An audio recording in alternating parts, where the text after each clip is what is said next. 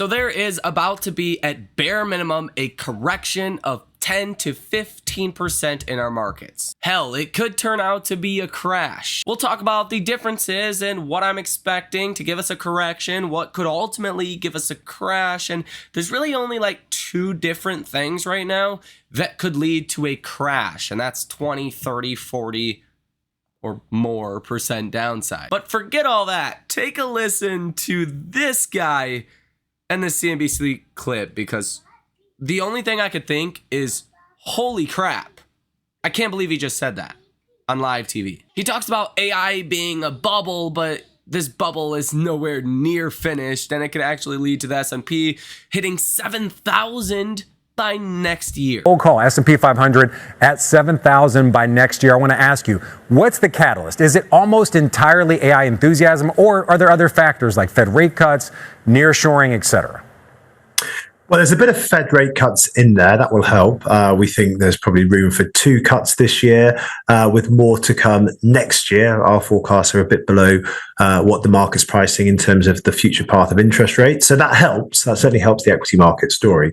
And there's some earnings growth as well. We've argued for a while that we think the US is on a path to a soft landing. That helps corporate America. So there's some earnings growth. But it's, as you suggest, principally about this inflation of a bubble around AI, and I think it is a bubble.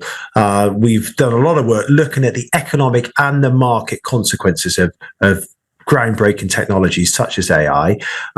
And one of the lessons from history is that it takes a long time for these technologies to generate productivity gains. We think in the case of AI, they'll come towards the end of this decade.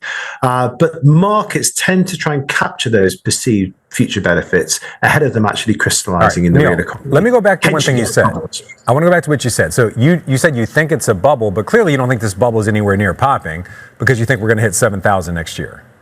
That's exactly it. So if we're right and it's a bubble, then it has further to inflate. Now, there's different ways you can measure this, and no two bubbles are the same, clearly. But the dot-com bubble at the turn of the 2000s perhaps is instructive in this regard. And if you look at things like forward 12-month earnings, P ratios, that suggests that this bubble's nowhere near yet at peak valuations. Okay. So Neil, you're hitting on something over and over again. Earnings. You keep mentioning earnings. Okay, so I do want to talk to you about earnings. Strategist out with a note, talking about sales for techs, expecting to have the strongest growth rate at 9.5%, outperforming the S&P's overall growth rate of 4%. They go on to say they're warning that the biggest risk to earnings, first we're talking about sales, now we're talking about earnings, is a shift from AI euphoria to AI disappointment. I'm just looking at the earnings estimates. Q2, 11% earning estimate, and then for Q4 and Q1 of next year, 15% earnings estimates.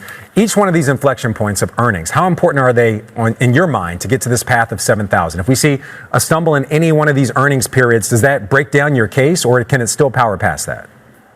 No, I think if we get a stumble in the earnings picture, then I think it does break down the case. But so far, we've not really had that, right? If you look at the path of earnings, they've continued to grind higher and continue to blow past expectations in most cases. So now the point is that you still get to valuations that look very frothy despite that solid earnings growth. So I think we continue to get solid earnings growth. It's just that investor enthusiasm it perhaps outpaces that earnings growth.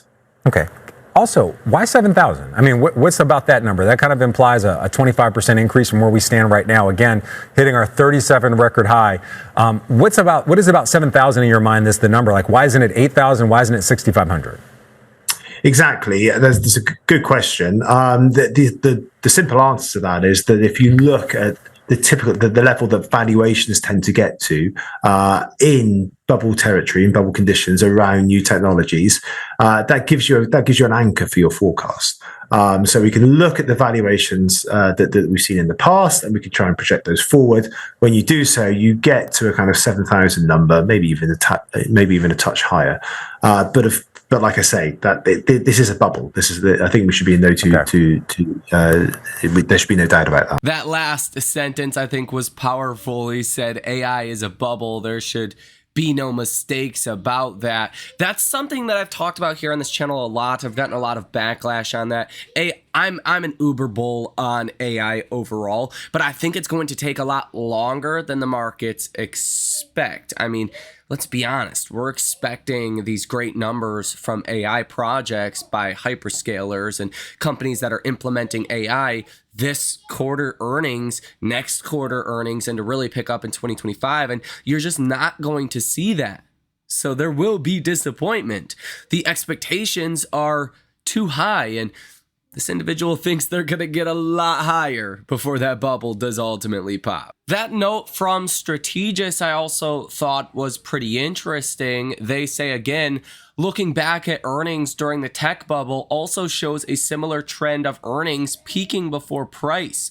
The biggest risk to earnings is a shift from AI euphoria to AI disappointment. Now, we've seen a lot of AI disappointment last quarter, believe it or not, but the companies that mattered did okay, like NVIDIA. And I think NVIDIA will still do okay, but compared to last quarter, expectations are even higher now that AI will start to become more of a meaningful impact to companies' businesses via your hyperscalers. That's a Microsoft, that's a Google, that's an Amazon, that's, your other big tech names, your other software stocks. And that's not going to materialize, and we have to be realistic with ourselves. Now, what happened after last quarter's earnings is you did get a pullback, right? You did get an S&P 500 that dropped from the highs to the lows of about 6% or so.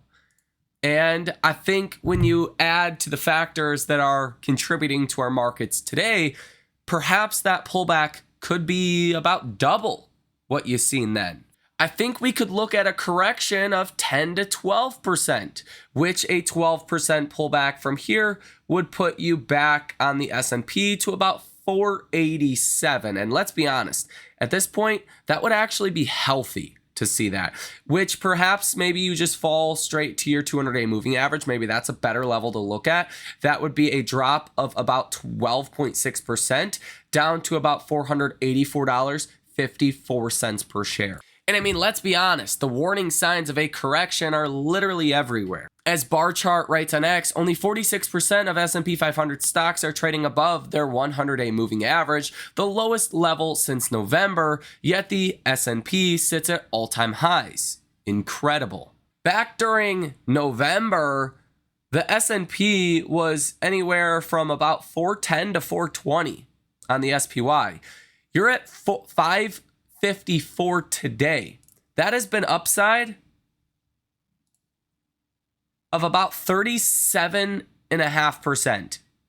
And yet you have the lowest level of stocks trading above the 100-day moving average since then. That just shows how narrow this market truly is. And Zero Hedge posts a similar chart and says, just when you think it can't get any wider, this is the NASDAQ's performance versus the NASDAQ advanced decline line, and it is just getting worse and worse, now down to some of the lowest levels that you have seen in many years as the NASDAQ just continues higher. This typically leads to a very large correction. Now, it wouldn't surprise me if the advanced decline line actually starts to move higher as the NASDAQ itself falls, meaning you could actually get big tech that is leading this market fall, and the rest of the markets actually start to improve and start to, go higher. Either way, these two tend to line up historically,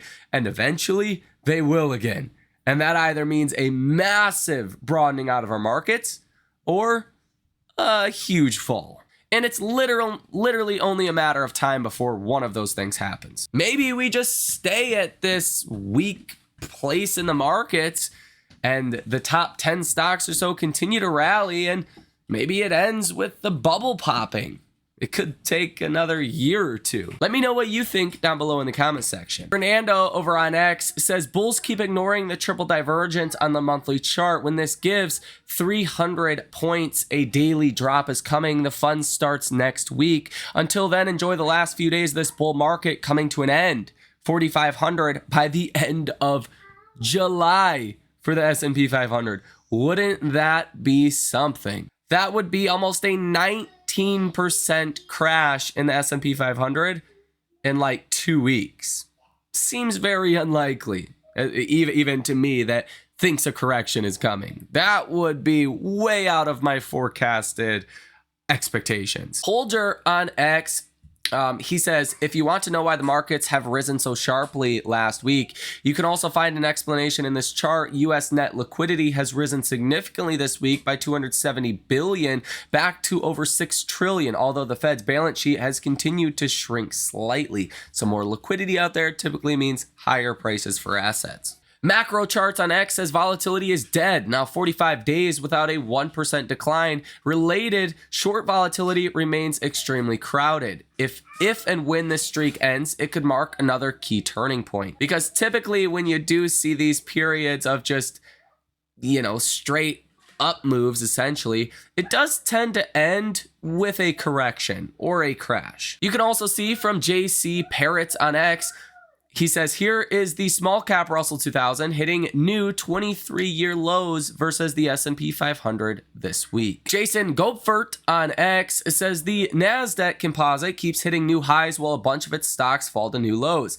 It's nearly double the prior record. Nothing matters, though. Zero Hedge writes this on X. The Mag 7 is up 48% year to date. S&P 493 is up 7.5%. And the Russell just went red for the year again. Tom Lee shares this post from Michael A. Arndt on X and says, that's the most scary chart I've seen in a while. Unfunded pension retirements in major European countries between 300 and 500% of GDP mixed with collapsing demographics is a recipe for debt disaster. Tom Lee says, time for MMT. That stands for Modern Monetary Theory. Now, if you don't know what Modern Monetary Theory is, the long story short version of this is if you're a country, you can just spend as much as you want if you are the government. But the Google definition says modern monetary theory, MMT, is an economic theory that examines the role of government spending and taxation in an economy.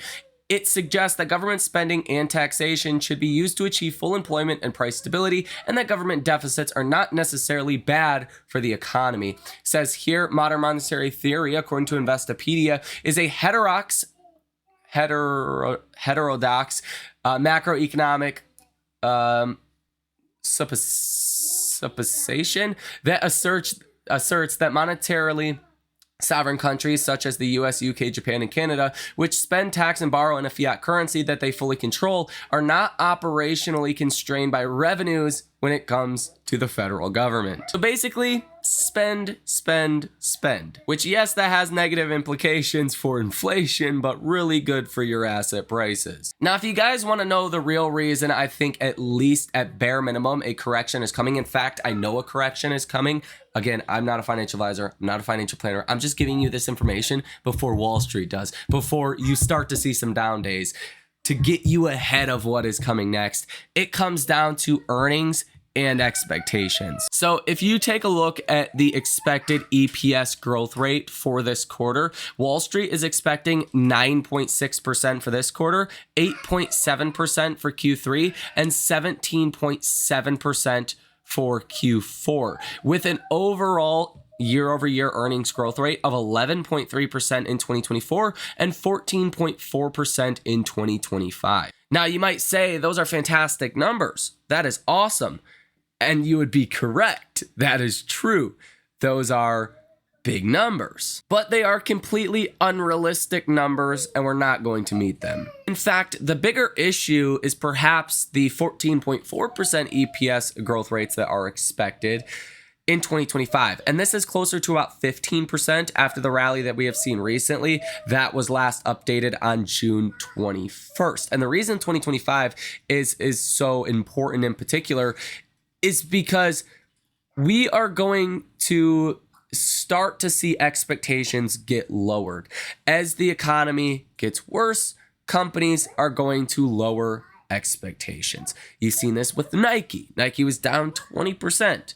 Well, because they said 2025 is not going to be as great of a year as they thought it was going to be. And Wall Street is starting to pay attention to 2025. So in theory, if our growth rates are good for 2024, it's going to be very hard to tack on another 14, 15% coming next year. And markets price in forward returns. And I think you're going to get a lot of what happened with Nike.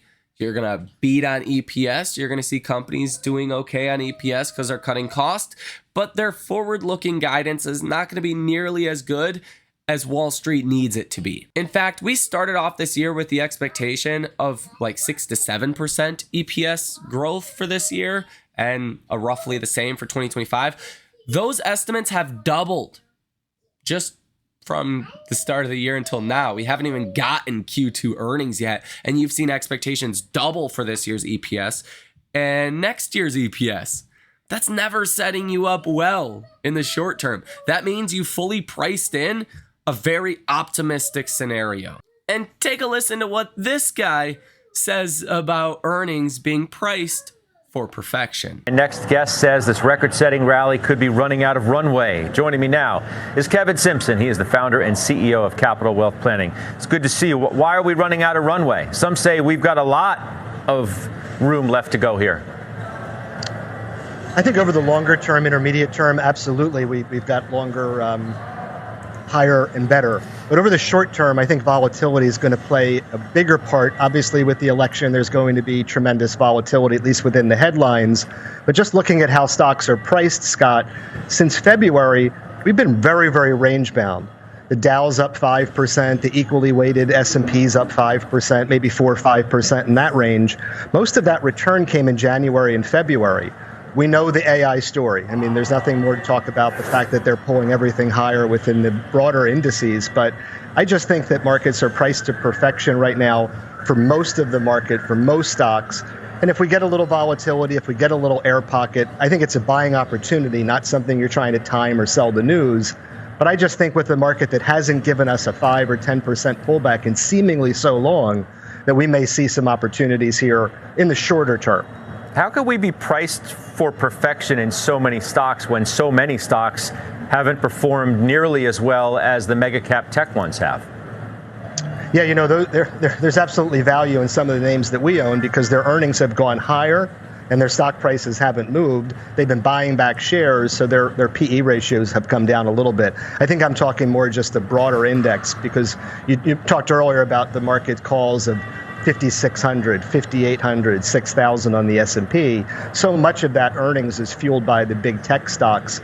Here we are in July. We can start looking forward to 2025 earnings, but they need to be the big boys here. They need to be the ones to carry that market. So for the broad indices, I think they're very close to perfection. Oh, I got you. I mean, that's precisely why some always point to the outperformance at the index level versus the individual stock level when looking at year-to-date performance of the markets themselves. Now, let me ask you this, because I look at your holdings, okay? And, you know, unlike many that we've been speaking to lately anyway, you hold a bunch of stocks in a wide swath of areas, right? You got Caterpillar, Conoco, Walmart, Verizon, TJX, Procter, Honeywell, Home Depot. I've only named a smattering of the ones you have. My point is they're outside of mega cap tech, yet you suggest to our producers outside of AI, there's not much compelling or that we feel that we need to own or rush to own in any way. Man, if that doesn't say what the current market environment feels like, I don't know what does. Yeah, you know, it's been like that for 2 years, so maybe I've got PTSD with these value names. But if you look at this week, truth be told, we had a half-day Wednesday, a lot of people playing hooky today. It was a huge day today for economic data. We'll get that digested by the markets, I think, on Monday, Tuesday, and Wednesday. You look at the ISM manufacturing on Monday, not great. ISM service on Wednesday, like very much in contraction territory. If you strip out the COVID years, it was like the worst print we've seen since 2009. So it shows the economic growth is slowing a little bit. And I think that's what the Fed expects. Today, the jobs number was really good from the perspective of what the Fed wants to see. 4.1% unemployment. It's not horrible, but it's looking at that dual mandate, jobs, inflation, and inflation is coming down, even though it's stalled for a while. So the good news is bad news mantra holds for now. because it gives the Fed the ability to move forward the rate cuts. I think after today, December is like a sure thing. September still maybe 50-50. It's going to be data dependent. I don't think they're going to rush into it. I listened to the great interview with the professor. I understand the theory that sooner the better so that you don't run the risk of tripping over a recession before you start rate cuts. But I don't know that if a September rate cut's the first one or a December, it's going to make that much of a difference. I think the idea that you're going to see at least one rate cut this year is constructive. The market is absolutely pricing in two, Scott. So that is why we are 100% about to see a correction at the bare minimum. Now, of course, I could be wrong. I make big statements all the time. Do not take it as financial advice. It's not financial advice. A correction should be welcomed. You should have a shopping list. You could be ready to buy these stocks when they do go through this correction. Now, who knows how big it's going to be? I believe it's probably going to be about 10 to 12%. Could it be 15%? Of course. Could it be 20%? Of course. I think 20%, you'd really have to see a big disappointment on earnings, especially around AI. But I think a 10 to 12% correction could come even if earnings meet expectations, even if there's some good, some bad, just because expectations are so high. And it's not really room for them to go any higher at this point. Now, not all corrections are created equal as well. You could see a correction where you get the entire markets falling. You could see the Russell, you could see the internals of our markets that haven't done anything in years fall even more. You could see big tech fall, or you could see a rotational correction, which I'm more so leaning to now, where it's big tech that comes down, everything that has super high expectations comes down, and then the rest of the markets bottom up can start to rally. But the way the S&P is, weighted to market cap, the top 10 stocks in the S&P accounting for about 40% of the S&P, you could see those stocks come down a bit. The rest of the markets catch up and still get a 10+% correction. Now, starting off this upcoming week, you are going to get some banks that will report earnings.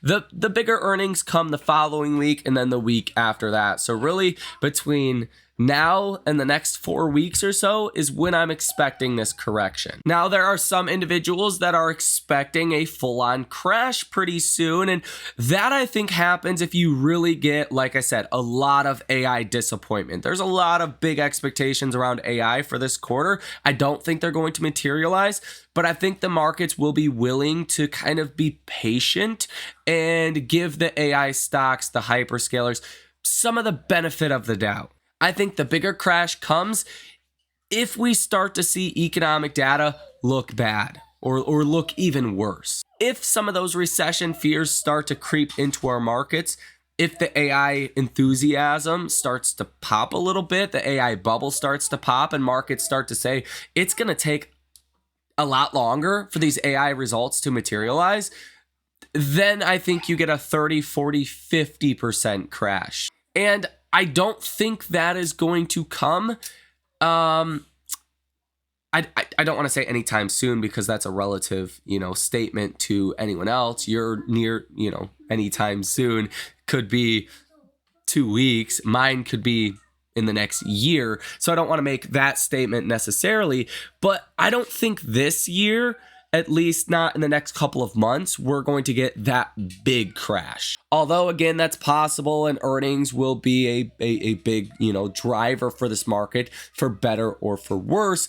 I don't know if the economy is going to deteriorate enough to really spark a lot of those recession fears. If it does, it's going to come September, October, because the data is so lagged behind. Even if the economy was going to crap now, we wouldn't know about it until at least September, just based on how lagged the data is. And again, historically, the markets tend to fall over 20%, around 23% when the Fed cuts rates for the first time.